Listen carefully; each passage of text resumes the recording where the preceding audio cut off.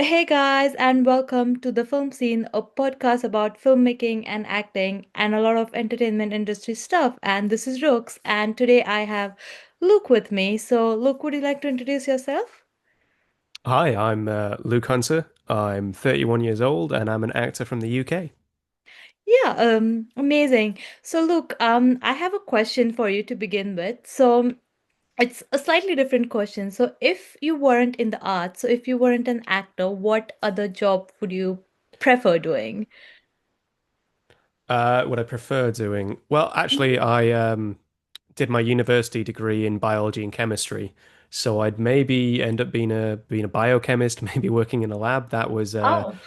initially what I enjoyed doing. I enjoyed that at school, but then when I went to university, I sort of fell in love with acting in all the sort of films in the film society and went that way instead.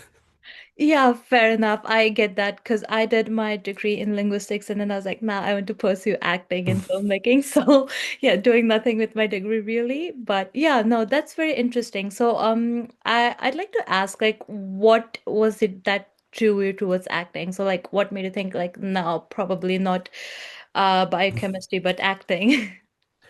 Um, I think I didn't really know what I wanted to do when I was 18. I think a lot of people don't know what they want to do and are kind of forced Yeah, into a decision of like, this is going to be the rest of my life. fair So I just enough. sort of picked what I was good at school. And then Mhm. when I got to university, I just joined loads of societies, and one of them was the Film Society, which Fair is enough. where we all got together and made like little short films and acted in each other's short films and wrote them. And I Oh. just had the best time. I had so much fun doing that I then started taking acting classes as well and just fell in love with it and thought, okay, this is what I want to do. Yeah, fair enough. Like, yeah, it's really fun. And like once you start doing it, you really can't stop. It's kind of addictive, I'd say. Yeah. Yeah, and it's like completely different and challenging and creative. So I totally get that. So you said you did like a lot of films and stuff. So I would like to know, like, did you have like any of those fun, embarrassing sort of moments on the set during all those filmings? Probably, or like any fun behind the scenes stories. Would love to hear that. I've got a couple from from my student days. I would say because you just make wild films when you're a student. They don't really have to mean anything, Fair but enough. we insisted on making a film where my character had to down a pint of beer, and I thought, oh, Oh, that was fine. That's fine. That'll be fine when we wrote it.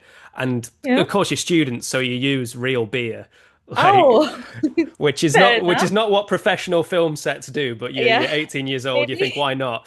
But then I didn't really think about how many takes we'd have to do of this. Right. So we must have done 4 or 5 takes of me downing a pint Oh, just back to back. the four or And five pints. Oh my after God. the fifth one, I was like, I don't think I could do the rest of the shoot. Do I'm just you too far gone. do you even like remember anything after that? No, after that, I was just like, oh, all right, that's I don't know. The rest of the shoot came out terribly. I was not acting very well for the rest of the shoot. I'll put that, but it was fun, Fair and we enough. all had fun. The shot of Yeah. me downing the pint is fantastic. That Oh, we got. really? I would That looks love to see great. that. I bet it looks pretty realistic, doesn't it? Oh yeah, definitely. Yeah, I'm very proud of that.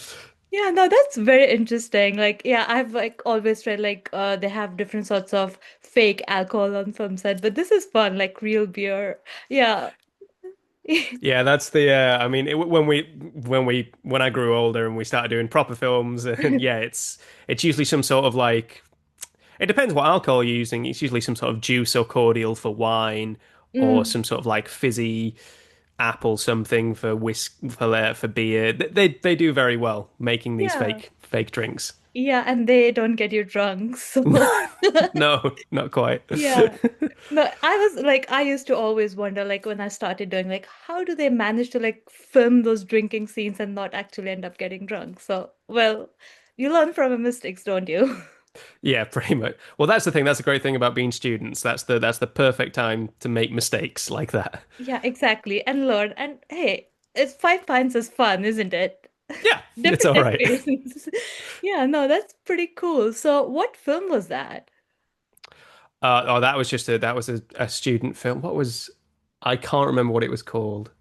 No, I do remember what it was called. Oh. It was called Slashers Week. So Oh. it was a horror sort of thing where it was about Freshers Week at university, Mhm. but there's a murderer on the loose, and Oh. we all go on a big bar crawl, and then we sort of get murdered one by one on this bar crawl. Oh, so it's like a pretty like serious film. It's pretty. It's sort of silly horror. It's more Oh. horror-y. It's not like dark. It's more camp and fun. Was Oh, what we were that's so going with. fun. Yeah, would love to watch that if it's still available somewhere out there. I'll see if I can dig it up. This is we're going back about 10 years now. Oh, damn. No, but I'd love to see it because especially now that I know the behind the scenes story. Like, yeah, Yeah. definitely. No, that's amazing. So, yeah, so if you had a dream role, okay, that's like not like that's completely opposite to your real personality, what sort of a role would it be? So do you mean a role that has already existed, like that someone else played, or like in the future, just any role? Any, like one that has existed or one that might exist in the future? Have your pick. Okay. Um, if it's in the past, if I could play another role that someone else has played, I'd really like to play. Have you ever seen the film Fargo? No, not really. Okay, well, the stars Frances McDormand, and she's a pregnant Minnesotan police officer, police Oh, chief, and I think that would be a really fun role to play. a Just pregnant police chief. a pregnant police. You'd think she'd be. It's a very strong character. Obviously, they got that big sort of Minnesotan accent, which is sort of like that, which is Oh, fun. yeah. Um, but then she's really serious, but her downfall is that she's just too nice and trusting, which I think is really sweet for a police officer, and she has to sort of overcome that because she's just so used Yeah. to trusting everyone in Minnesota Ah, that sort of hinders her finding out who the bad guy is, and then she has to sort of overcome that, and I think that's oh, really yeah, that's interesting. interesting. Yeah, it's like it has like a lot of emotional up and down thingy, right? Doesn't it? Yeah, Yeah, it sounds, yeah, that would be a good one. It's at Fargo. Fargo, yes, Yeah, I might check that out. I would recommend it. It's a very fun film. Yeah, no, it's lovely. Yeah. No, I absolutely love like trying new sorts of films, and as an actor, I love like playing characters with like emotionally complex parts and stuff like that. I love Joker, like Heath Ledger's Joker, because that character Mm. is just like so not inspirational in the traditional sense, but like as an actor, it's like a Yeah. bit I mean I'm not getting any inspirations from that character, but it's like as an actor, I would love to play that character. It's a very challenging sort of a role. So yeah. So you said like you started acting when you joined a film club, right? So did you like Mhm. actually take any acting training or you just like learned on the job? Not in university, so I still didn't really know. The film club was just for fun. I was kind of really enjoying it, and then I also worked as a writer as well. So I was writing scripts for the film club, and then when I left, I initially just wanted to be a writer. So I moved down Oh. to London and got a job working as like a runner in a TV company. That's nice. And but then at the same time, I was like, oh, I really miss acting. I really miss doing these things. So I just started applying on all the UK acting sites for little Mm, jobs here and there. yeah. Um, and then when I got a few of those jobs, I was like, oh, okay, now I have to take this a bit more seriously. So I decided to go to some classes. So I Fair went enough. to I trained at this place called City Academy in London, which is Oh. really good. And then there Mm. was just do as many workshops as you can. There's a company called Run At It Shouting in London who runs a lot of like casting director and agent workshops, and they're really Nice. beneficial. Yeah. So that's and then I also moved to Australia for a year Oh, and really? did classes at NIDA, so that was fun. Oh, oh, that's nice. Yeah, I've heard about that. Yeah. So, yeah, Australia, Sydney? Sydney, yes, Sydney. Yeah, Sydney is like the hub for filmmaking in Australia. Like, yeah, it's pretty popular. So before like you learned acting, how did you Mhm. prepare for your roles? Like, what sort of techniques you used? Before I learned, but when I was just Yeah. in, I So how don't do you know actually. actually do it? This is the thing. I guess I just tried to. I mean, I have a very good memory, so I just learnt my lines as much as possible, That's a and blessing. then yeah, and then just try to be as natural as possible. Try to not be beholden to the lines, really. Hmm. Try to think, all right, what part of me can I put into this character? So I'm not playing a complete character. I'm always bringing something of myself Mm, into the character and into the lines is what I try to do. But not be like mystical and method about it. Just fair enough. try to I think actually my acting style is very much I know people say you shouldn't be aware of the camera, but I do like to be really quite aware of where the camera Mhm. is and what the shot's going to look like. And if it's a real close up, it's like if it's like right close on my face, I know, okay, I have to be very, very subtle. But if it's a really wide shot, I can be a bit bigger. I think it's always they always one of the things they tell you when you're training acting is don't think of the camera. But I think in this day and age, it's probably good to be aware of what the camera is doing. So I think you can fine tune your acting to that. That's my take. No, that's brilliant. That's actually an excellent thought, I think. Like, that makes you like more aware about what's happening, and then you can actually adjust your like probably even your blocking or your emotions or your reactions Yes. in that way so that it feels natural, and it's also like kind of a less pain for the directors probably, because if the actor messes up the blocking, then you have to like reset and do everything again. So I think like that's a good trick. Like it's interesting. So yeah, no. I think I like that. I like that approach.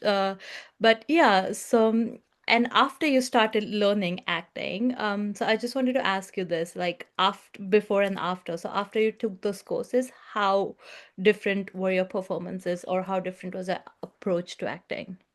I think the performances they definitely got better, and it was what I learned in the acting classes was more um, sort of how to mark up a script and sort of realize map out sort of my character's journey and make sure I'm hitting specific beats at specific lines and thinking a lot about subtext and actioning.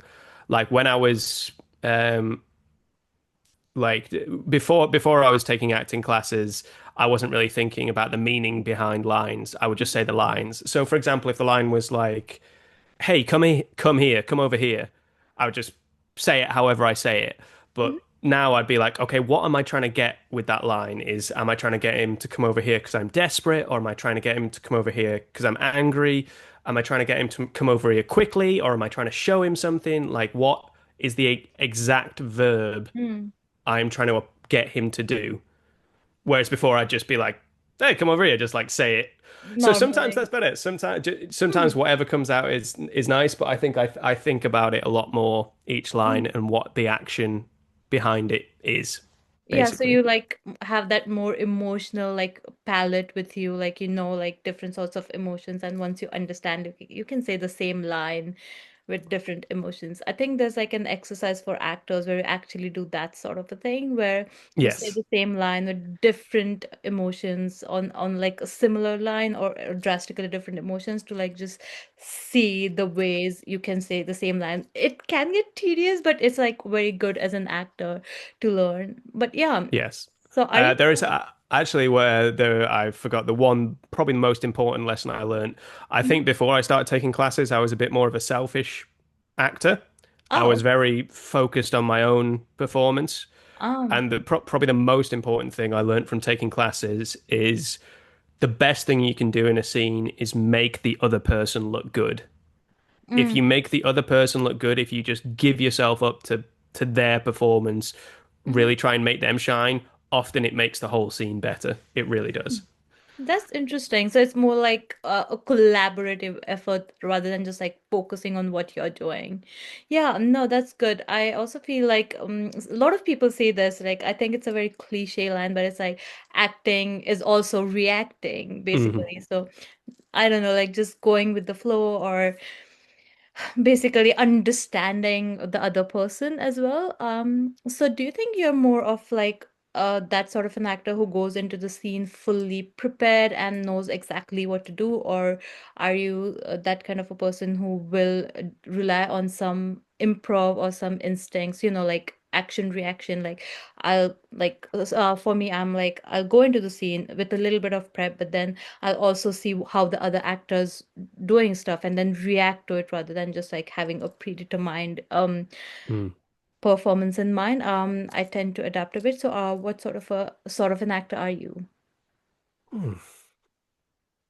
I think I definitely go in with a plan, but then I'm Mhm. adaptable. Not to take the easy answer out, but I really think it depends on the director and the crew you're working with, Mm, and what they're open to. I've worked on a lot of shoots where it's like, say the line exactly how you said the line in the audition, say it exactly like that, do not change mm, it.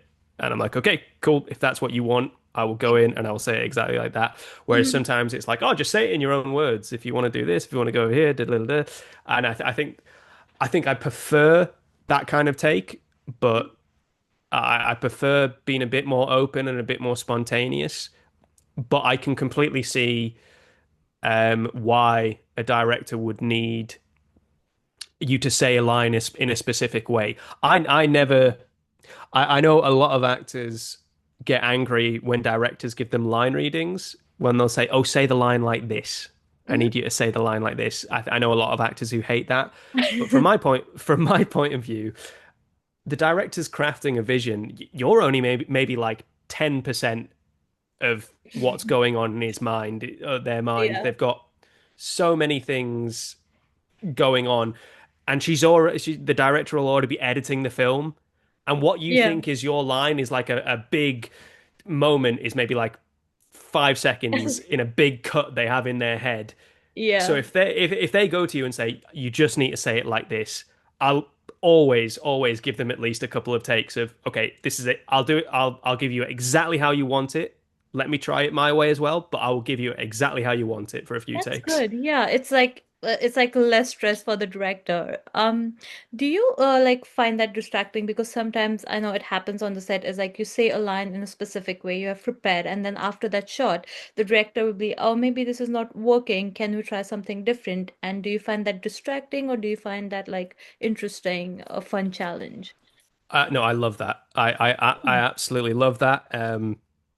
I don't know if it's one of my strengths or weakness. I'm very good at taking direction well. I think my That's weakness good. is coming into a scene with a very specific set idea. Mm.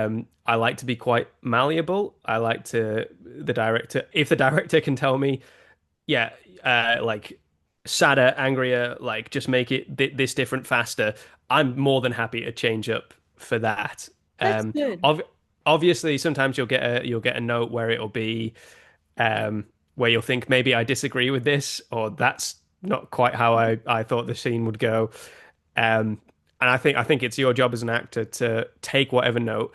You can always challenge it. You can always talk to the director in a really respectful way and say, Yeah, "Hey, here's my feelings of what I have as a character, and here's what I can do." But at the end of the day, you know, they're the captain of the ship. exactly. You got to work together.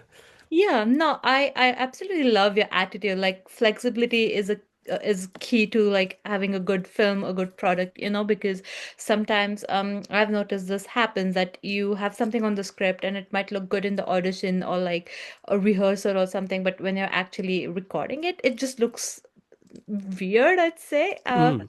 And it's just like, oh, I'm not happy about it. Like the director will be like, oh, I'm not happy about it. So I think like adapting and flexibility is like very, very good because yeah, if you're not willing to do that, then it's just a problem for everyone. But yeah, no, that's actually fantastic.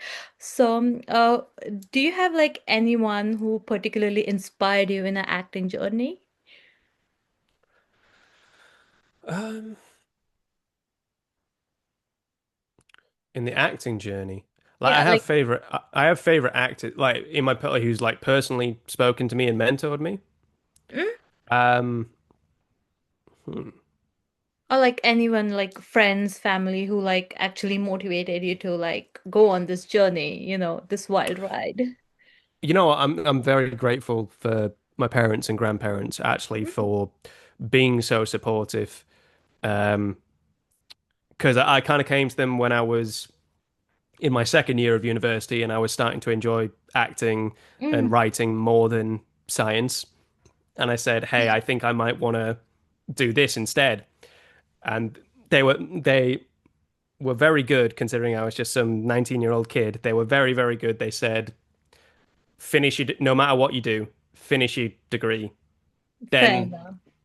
whatever you decide to do, we will support you." And they stuck to That's that. nice. They said, "If you finish your degree and then you still want to pursue acting, we will support you, but finish the degree first." That's And amazing. it was a good deal, and I think it was the Yeah. right decision from them, definitely. Yeah, no, it's like in this industry where like things are so tough and like like the atmosphere of the industry changes so often. It's really good to have such a strong support system, to push you through or like to encourage you when you're down and stuff like that. So one last question. You said like you had a degree in science. So I was wondering like has Mhm. that helped you in any way with film? Because I know there's like a lot of sci-fi films or science-based films basically, and like I know a lot of scientists or people like with like really heavy science degrees are like taken as consulting producers. So do you think like that degree has helped you in certain sort of a way?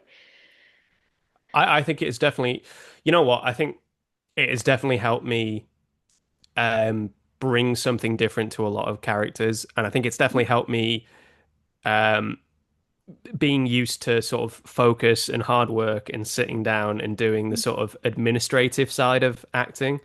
Oh, Because that's a interesting. lot of acting isn't actually just being on set. A lot of acting is sitting down and writing lots of nice emails to people and researching things and Yeah. that sort of stuff. And I think doing a science degree has actually really helped me being good at that, being good at the sort of administrative graft side of acting.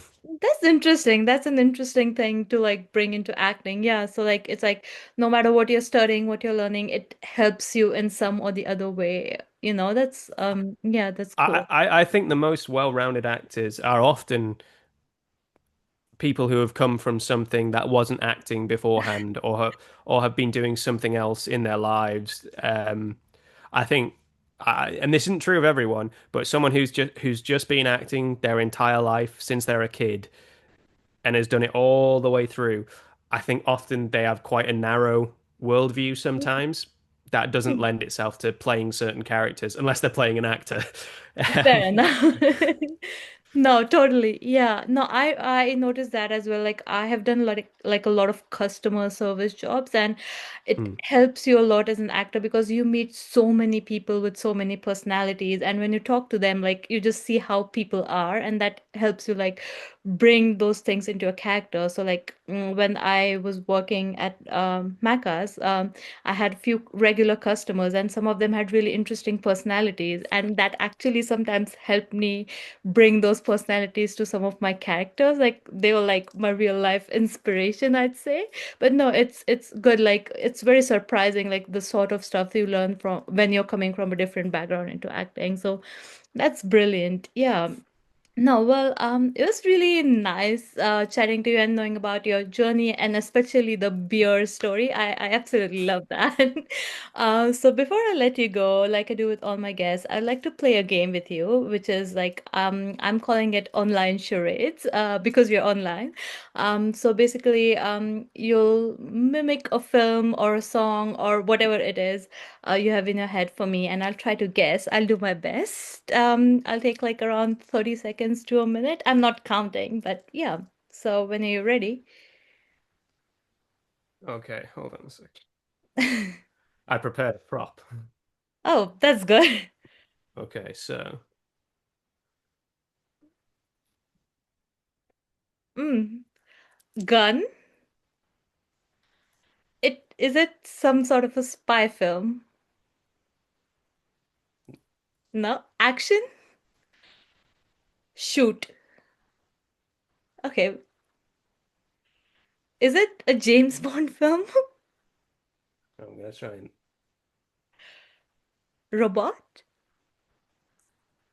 Okay, a robot, a film with an action robot? Is that? Oh, okay. Can you give me a hint? I know it's breaking the rule, but Okay, it's okay. It's like I think there's been about five, and he's the main the robot who the robot is the title of the film, and he's a very big guy. oh, I have no idea. No, No, I think I give up. I was going for the Terminator. Oh, right. Oh, damn. I feel so stupid now. It's like No, such you're a all right. popular franchise. Oh, how did That's I bad not acting get on my it? part. No, no, you were brilliant. Like, see, I got robots, so Yeah, that's all yeah, right. That's pretty how good. did I not get Terminator from that? Oh my I God. didn't give you a lot, to be fair. I didn't really think it through, No, but but it was still nice try. something. I should have gone and said like five films big, but oh well. Oh well. But That's all anyway, good. thank you so much. I really had fun. And yeah, it was really fun chatting to you, and thank you so much for being here. And thank you so much, guys, for watching. I'll see you in the next episode. Till then, ta-da!